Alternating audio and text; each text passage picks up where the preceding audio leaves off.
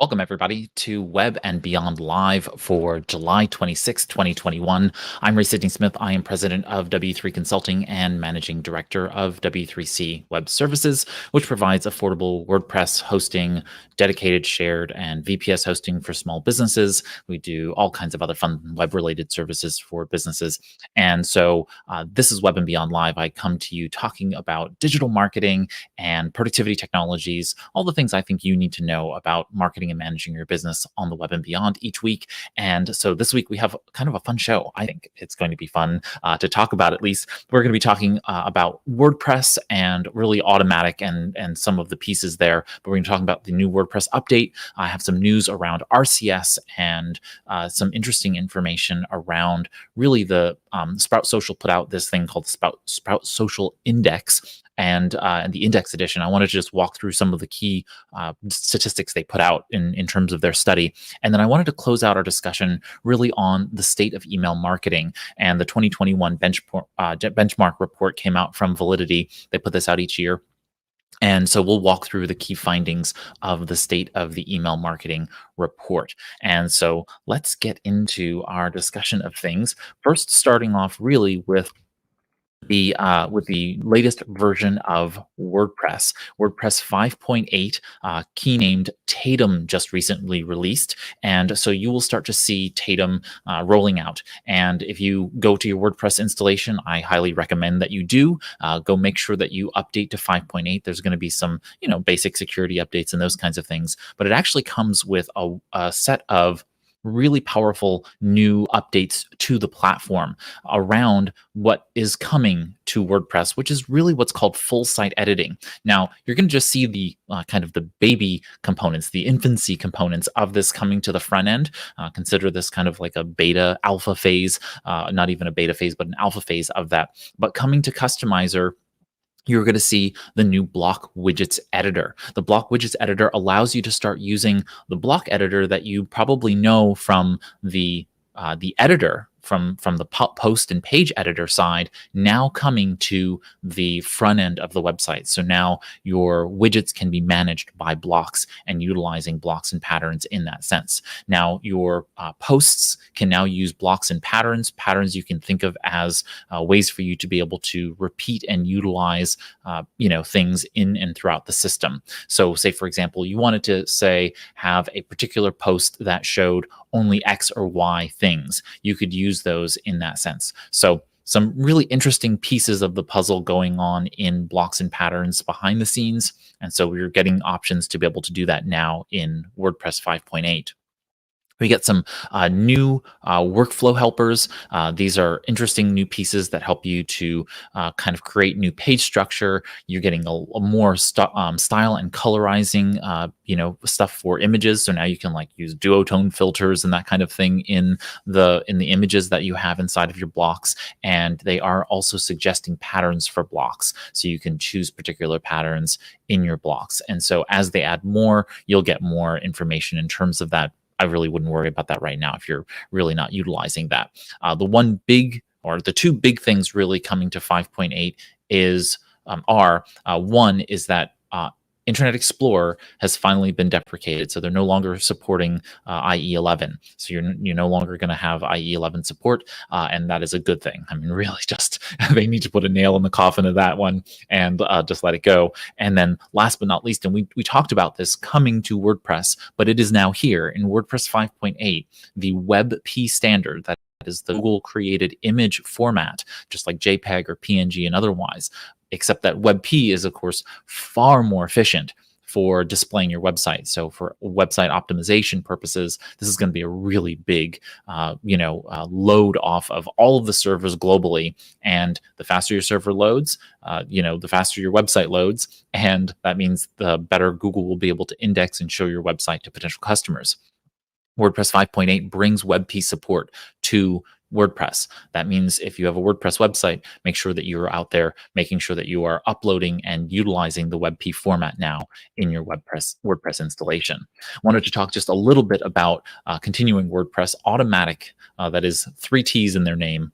So AUTOMATTIC IC is the company that owns they manage basically the WordPress.org project. They also own their own hosting company, but they manage the WordPress open source project. They have been making some purchases over the past few years. Matt Mullenweg is the CEO there. They've been slowly but surely acquiring some new companies, and in the lineup, they have actually, I think they recently purchased Pocket Casts, but before that, they actually acquired, they acquired a company called Day One, which was a journaling application. And so now they own this journaling application. Prior to that, they purchased Tumblr, which was the blogging platform that I think they purchased it from Oath, formerly known as Yahoo or whatever it was. But so Yahoo owned Tumblr, and then Tumblr was purchased by Automatic and cleaned up, and they've really had a new kind of lease on life. I actually have several Tumblr blogs or Tumble blogs on Tumblr, and it's been a great platform for being able to just quickly and easily update and keep it. I have a Tumblr called 2minuterule.com, and I just put everything related to my personal productivity stuff into that feed so that people have one place where they can access all of that information. And so it's just a great place, and it's very easy to do all of that kind of posting.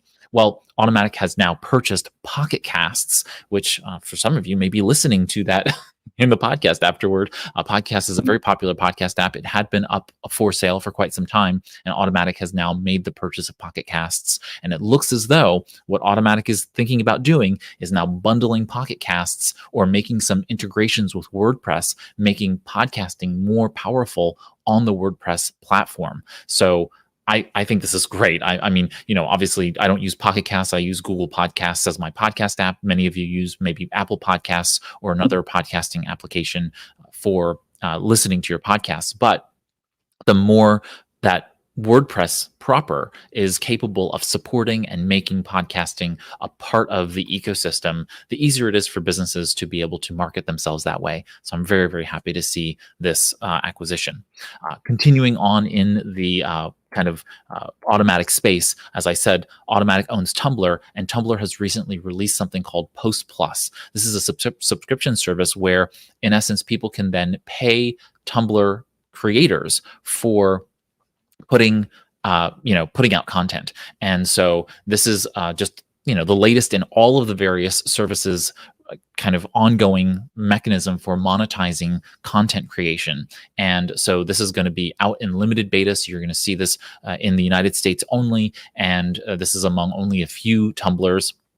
And we'll see over time whether or not more and more will come onto the platform, and how that will really work out for people. That across all of these ecosystems, there are many people who don't have businesses that are creating content and want to be able to monetize. This can also diversify revenues for you as a small business owner. Every situation is unique, and I tend to tell people to focus on creating content as a mechanism for bringing new business, new customers to your actual business. But if your business is creating content, then this might actually be something that would be useful to you. So just keep that in mind, that there are ways in which you can do a little bit of gatekeeping, maybe even keeping the riffraff out by virtue of charging for some types of content. And so this could be one way of doing that. Again, like I said, this is among an exclusive group of people so far, but presumably this will roll out to others as we make our way forward. So if you're already in that Tumblr ecosystem, that could be interesting for you there.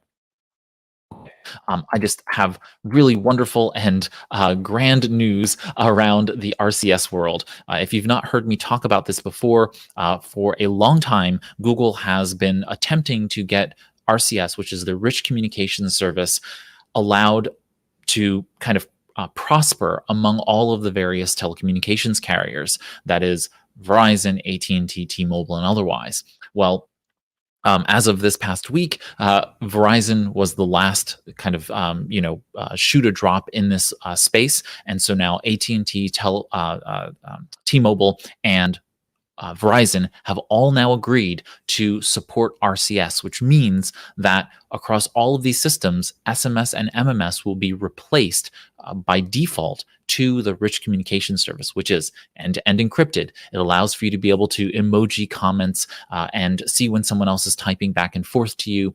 all of the things that are available right now in a product like Apple Messages. And so this is really, really great. Of course, the big holdout is Apple Messages. Apple is not particularly inclined to go ahead and give up that space, that application ecosystem that presents the blue bubble when people are chatting in the Apple world. So this is going to be really interesting to kind of understand as we make our way forward, because RCS is going to be now on pretty much all Android devices, at least in the United States. And that's going to give us end-to-end encrypted conversations. It's going to give us this rich communication. But on the flip side of that, Apple is over there doing its own thing. Now, Apple Messages, or iMessages, some people have known it as, is a holy mess. I mean, just the reality is that they had to put in this firewall to basically help keep bad people out of the system.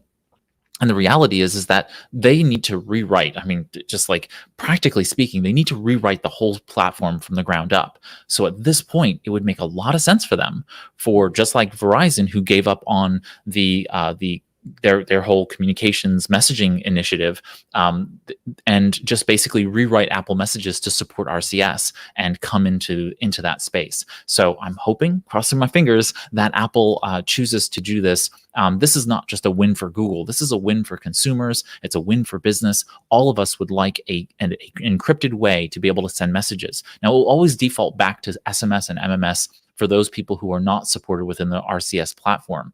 That includes our communications overseas and those kinds of things. So we'll still see a lot of that happening. But RCS is a great step in the right direction there. And I'm really glad to see that Verizon has agreed to give up on their CCMI plans and go with RCS. Okay, just a quick note about Google Drive before we get on to our two reports for today. Google Drive is rolling out a new capability to block users that are spamming you. So this was announced back in May, I believe it was, and Google has now finally rolled this out. So you should start seeing this across all Google Drive accounts. So whether you're in Google Workspace or in a consumer Google account that has been migrated, or it will be migrated to Google Workspace at some point, you will see all of these Google Drive capabilities. You'll be able to right-click on any shared item from people and then basically block them. When that happens, though, be mindful. This has to be someone who is actually trying to spam you, because when you right-click on that particular item, three things are going to happen. The person is going to be blocked from being able to share with you again. Anything that they've shared with you in the past will go ahead and be unshared, and they will also be blocked from seeing anything that you've shared with them in the past. So basically, they're getting blocked completely by you for that situation. Now, because I have some, Google Drive documents that are linked out there on the public web, I have gotten a bit of Google Drive spam myself, and so I have used this function now to go ahead and do that, and it's been great. It's been really, really powerful. But just be mindful; you will be blocking them completely from your system if you block them. So this is not a casual, like I want to just block this person from sharing this one particular item with me. It is a across the board, getting rid of them from your system. So be careful there. And I don't actually know about reversing that. We'll see what happens. This is just a quick note before we get into other things. But this article came across my desk, and I thought it was really interesting because I've been on the bandwagon about talking about how important augmented reality is for businesses to be able to get into in terms of marketing, digital marketing, and otherwise. Snapchat has really led the charge there in the fashion and apparel world. Well, I saw this article about how it's really important for employers, and this is where I'm kind of coming up with it. It says, why tech startups use AR, but I'm really thinking about this from everyday small business owners. There's more and more opportunity today to use augmented reality in training. And I thought to myself, oh yeah, we talked about this about Google Glass way back in the day when Google had built that wearable set of lenses, and that really didn't go any place in the consumer market, but it actually went someplace in the enterprise market and out there in the trade space. So in essence, if I'm looking at a particular part, or I'm trying to find out how to make something work in the real world, having that Google Glass lens on allowed me to be able to go ahead and see it in real space, because augmented reality places images, 3D images, in the space that I'm working. And so I just wanted to kind of pique your attention about the fact that there are technologies out there that are now putting this augmented reality into the world, so that employees, if you're trying to train your staff, you can use AR to go ahead and help people learn how to utilize different things in their physical environment, utilizing these application platforms. So just keep that in mind. It's out there, and the technology really does speed up the productivity of the organization if you're trying to onboard people very quickly. Okay.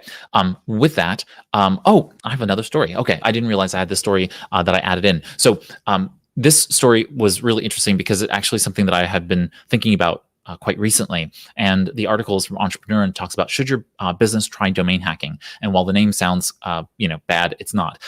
So domain hacking is really just selecting domains that match search criteria. Many times we call these exact match domains or EMDs. So an exact match domain would be something like how to tie a Windsor bow tie, or a Windsor knot, and that's not a bow tie. But so how to tie a Windsor tie, or a full Windsor or something like that. So, or how to tie bow ties.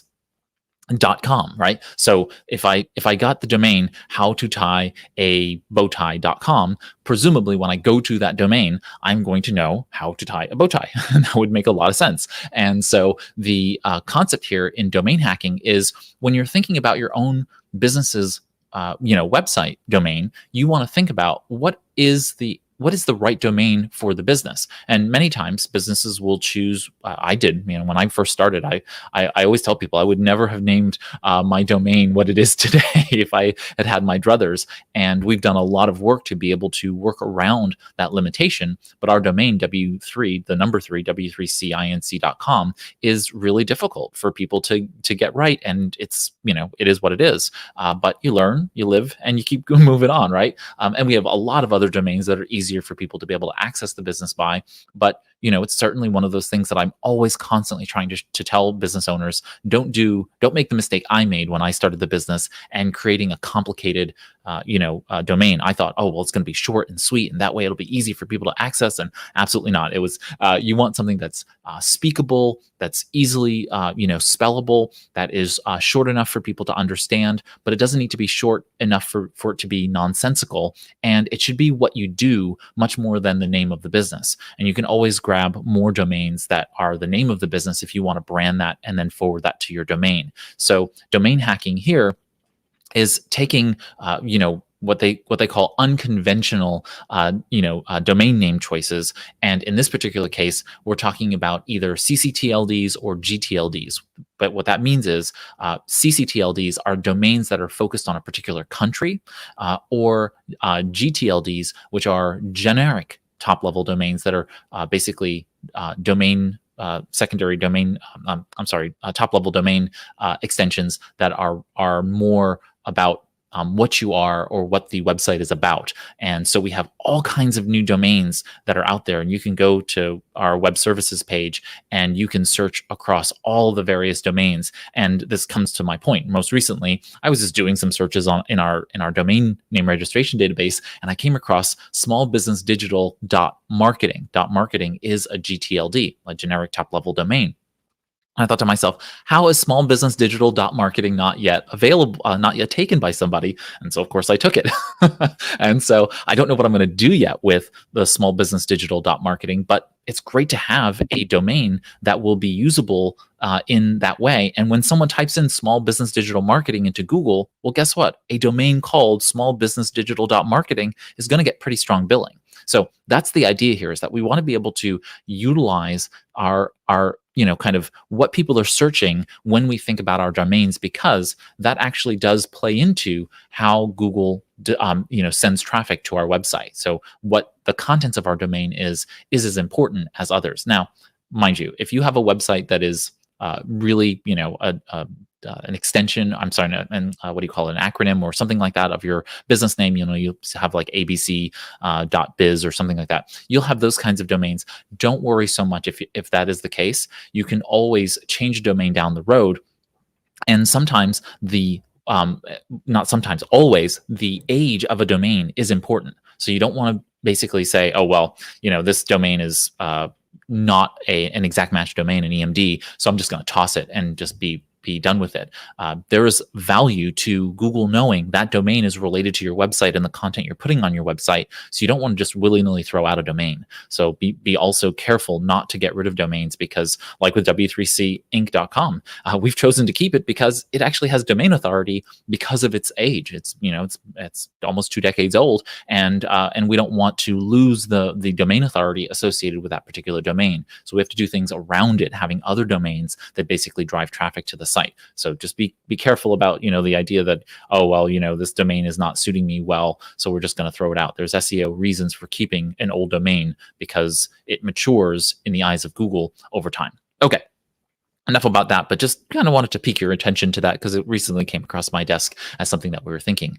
Also, Amazon is looking for a crypto product lead, and I just wanted to pay some attention to this because as we make our way forward, there are really not very many retail payment solutions for cryptocurrency right now. There are a couple of point of sale solutions that are out there so people can take Bitcoin and that kind of thing. But as you know, I am fairly bullish on the idea that at some point, cryptocurrency will start to make its way into everyday payment systems in some way, shape, or form. That might just be on the Bitcoin side. It may be among many other cryptocurrencies. I care much more about blockchain, but I do want to keep people's awareness of the fact that retail is going to have to deal with this at some point. And Amazon hiring for a crypto product lead, someone to build a product for Amazon in the cryptocurrency space, means that Amazon believes there is a future for cryptocurrency. And if that's the case, and they want to be ahead of everybody else, that is very important for you to know as a small business. So it's going to be really important for us to think through how Amazon and Google and Facebook and Apple and others, especially since all of them have payment solutions. I would include Stripe in that. I would include PayPal in that as well. PayPal already allows you to purchase cryptocurrency in the platform. It also allows you to trade and send cryptocurrency to other people in the platform. So if that's the case, we're going to see more and more of your customers come to you and say, hey, I'd actually rather like to pay you in Bitcoin or in some other cryptocurrency.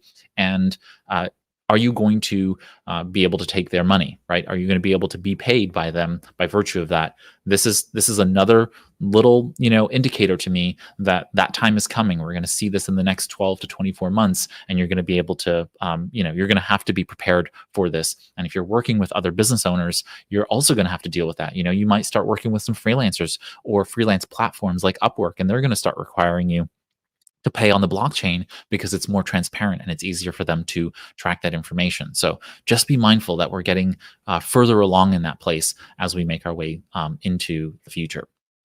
Okay, so as I said, I had these 2 different reports and I want to cover them just kind of briefly here. Sprout Social, which is a social media dashboard.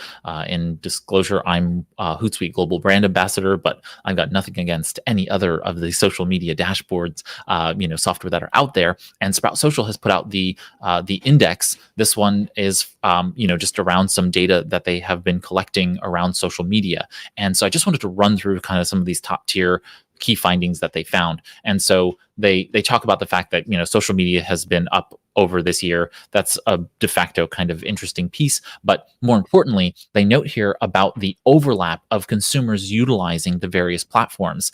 And as you can see here, it's remarkable to me, and that I have not been the biggest fan of TikTok, but you can see here TikTok has grown to holding 36%. Now, this is all about overlapping, right? So you can think about this as kind of a complicated Venn diagram of people utilizing all of these various platforms. So it says platform consumers who use Facebook, 87%. And of course, these are all the same people who have been interviewed, surveyed for this survey. So a lot of this is overlapping, meaning that many of these people utilize many of these platforms at the same time, which is why I'm consistently not worried about when someone says, oh, well, do I have to be on Facebook and YouTube and Instagram and Snapchat and Pinterest? No, you don't.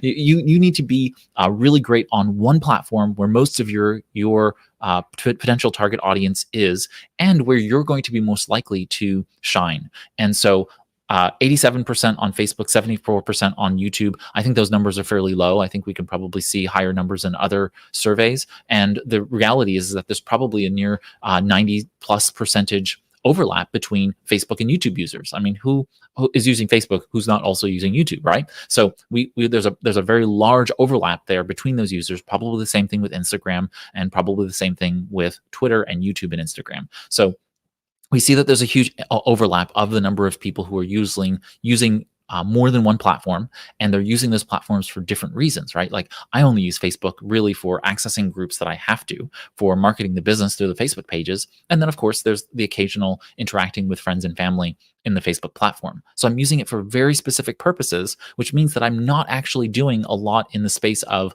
looking at Facebook pages for purchase intent or those kinds of things. I'm just one individual, and other people are very, very different, right? Most people probably do spend a lot of time following Facebook for different kinds of things. And you can see that here in the data. Where consumers follow brands, it looks like a lot of consumers who are utilizing Facebook are also actually following Facebook brands on Facebook, and therefore paying attention to that. You can see kind of how that breakdown runs. Just thought that was really interesting to kind of pay attention to. Also, they have some little bit of details here about competition. One really interesting piece here, and then I'm going to move over to the other report. But the other piece of data here I found was really interesting. It said 93% of marketers acknowledge that social media accelerated competition within their industry, and so be mindful of that. Right. And the fact of the matter is that the more people are using social media, the more competition that will come into space.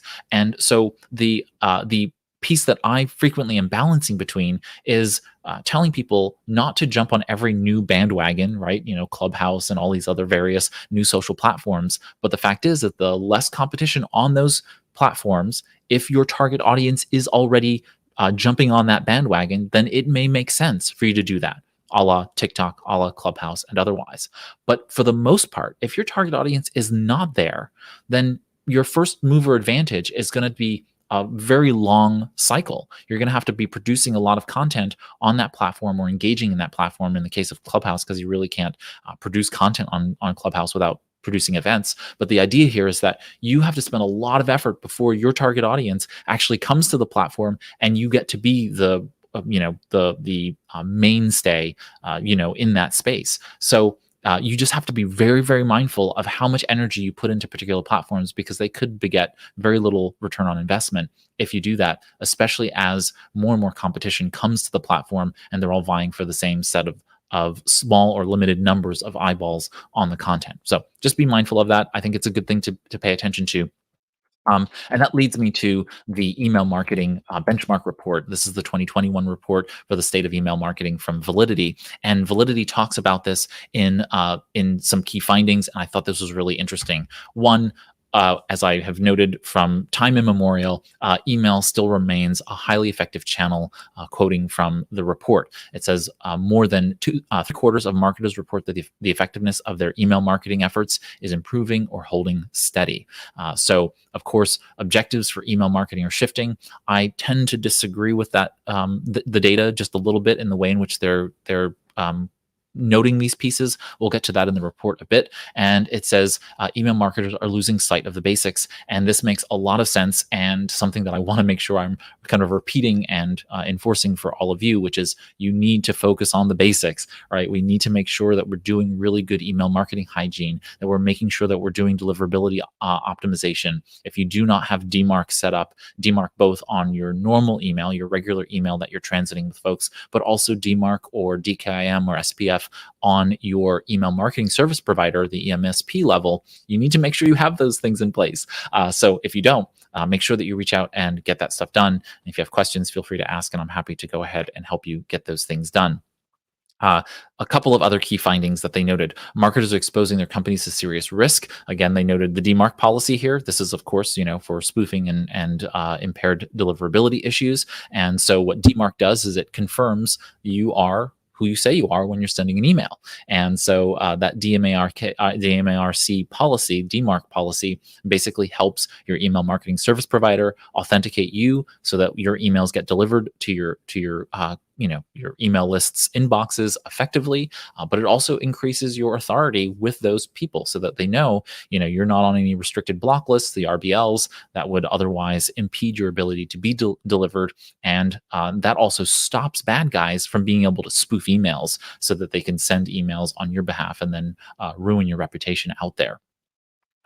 One interesting piece down here, I was scrolling through the data and just reviewing it the other day, and the it was really interesting to me to see that there are some real struggles in the area of email marketing, and predominantly around getting people to open email. Open rates have been declining, and that's just an overall issue. Most of it, I think, as is probably related to people not paying attention to some very basic things. One, as we talked about before, make sure that you have either and or SPF, DKIM, and DMARC policies implemented on both your normal email as well as on your email marketing levels. But also pay attention to your email subject lines, making sure that your preview text is clear and is convincing. There needs to be a hook. Why am I opening up your email? What's in it for me? And also making sure that the emails themselves have appropriate substantive content. I see so many emails nowadays that I open up, and they're just kind of garbage. They're useless to me, and it wasted my time. And so, therefore, I'm not going to be likely to open up that email more often. We are seeing more and more dialogue about the fact that Apple and their mail program is now enforcing more in terms of restricting data, and so you're not going to get as much data out of Apple users in the market, and that's kind of that whole premise for me, especially when it comes to small business owners, is probably inconsequential. I don't think you need to know what color underwear I wear or what color underwear your consumers wear, right? The reality is that the more data you have does not mean the better your email is going to be. Email marketing is all about making sure that you're providing value to your customers and being able to understand whether or not that value is working toward a better bottom line. So tying together open rates, click-through rates, and then ultimately understanding whether or not people are purchasing from you, those are all still on the table and understandable. Understanding, exactly where somebody opened it and how they opened it and how many times they opened it, all of those kinds of things are not necessarily going to get you more information that's going to be actionable. And so just be careful about this whole notion that somehow email marketing is going to become less efficacious because I don't get all the information that I once was able to get. We can still do a lot with the information that we can get. And all of the various email marketing service providers, the MSPs, are going to, start to work around that. They're going to be able to, adapt and adopt new practices to be able to get different information and maybe extrapolate that data otherwise. So I'm not too worried about that from that sense. But you can see here, we have 2019 and 2020. Big concerns, of course, are email deliverability. Heck, if you can increase your email deliverability, in this particular case, that's going to knock out a lot of the poor performance you're getting. Making sure that you are going ahead and effectively creating calls to action, making sure that you're pruning your list. Don't send emails to people who don't want to receive your email. Think through these things. Personalizing your email. So many people just don't utilize that.